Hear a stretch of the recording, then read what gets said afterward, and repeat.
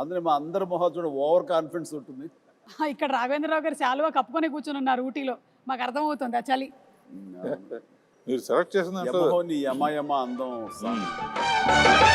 యమహో నీ యమయమాందం చెలరేగిల్దియగదిగ తాపం. ఏంటంటే నేను విన్నాను స్వప్న గారు వాళ్ళు చెప్పగా దట్ మన అశ్విని దత్ గారి శ్రీమతి గారు వాళ్ళందరూ కంగారు పడుతున్నారంట. అంటే ఇంత సినిమా తీసేశారు, అసలు ఈ సినిమా హిట్ అవుతుందో లేదో, ఆడుతుందో లేదో అని అనుకుంటున్నటువంటి ఆ టైంలో 3 ఏళ్ల కుర్రాడు వచ్చి, మానవ నాకు కూల్ డ్రింక్ ఇవ్వా అని అడిగారట. ఆ 3 ఏళ్ల కుర్రాడే రామ్ చరణ్. సో ఎప్పుడైతే ఈ మానవ అనేటువంటి డైలాగ్ చెప్పి కూల్ డ్రింక్ ఇవ్వా అని అడిగాడో సినిమా హిట్ అయిపోయింది, పిల్లల్లో కూడా వెళ్ళిపోయింది అనేటువంటి నమ్మకం కలిగింది. మరి ఆ కుర్రాడే ఇప్పుడు మనల్ని నెక్స్ట్ క్వశ్చన్ అడగబోతున్నాడు. So let's have Ram Charan's video please. Congratulations Jagadeka Veerudu Athiloka Sundari dream team తీసిన సినిమా 30 years ముగించింది. నేను డ్రీమ్ టీమ్ అని ఎందుకు అంటున్నానంటే అశ్విని దత్ గారు, ఇళయరాజా గారు, రాఘవేంద్రరావు గారు, ఎండమూరి గారు, విన్సెంట్ గారు, పరుచూరి బ్రదర్స్ గారు, ఇంతమంది లెజెండ్స్ ఇలా ఒక సినిమా కోసం కలవడం అనేది ఎప్పుడు జరగలేదు, నా బహుశా జరగదు కూడా. అందునే మా జనరేషన్ అందరూ వీళ్ళని డ్రీమ్ టీమ్ అంటారు.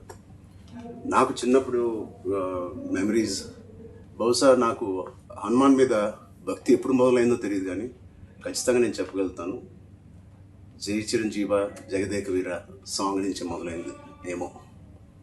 It's most memorable film. మా జనరేషన్కి, మా ముందు జనరేషన్లో చాలా మంచి ఫ్యాంటసీ ఫిల్మ్స్ వచ్చినాయి, కానీ నాకు గుర్తుండే first magical adventure romantic film Jagadeka Veerudu.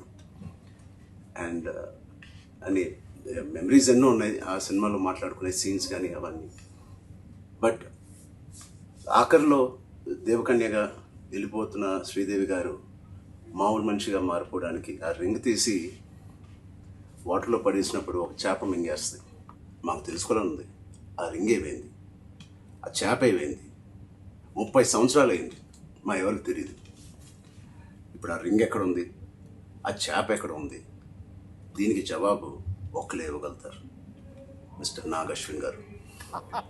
Nag Ashwin మా జనరేషన్కి త్వరలో ఒక మంచి జవాబు ఇవ్వాలని డిమాండ్ చేస్తున్నాం, అడగట్లేదు.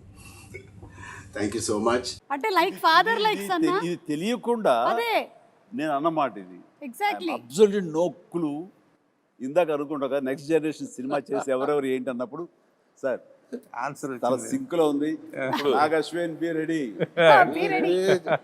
Like father like sun Chiranjeevi గారు ఏదైతే చెప్పారో అదే రామ్ చరణ్ రిపీట్ చేశారు. నీ గడ్డానికి నా గడ్డానికి పోటీ నాగశ్విన్.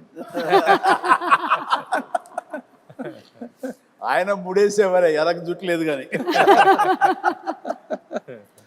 ఓకే, ఏదైనా మే 9 మళ్ళీ ఫ్రెష్గా ఇంతకుముందు తీసాను అనుకోకుండా వెళ్ళి చూడబోతున్నాను.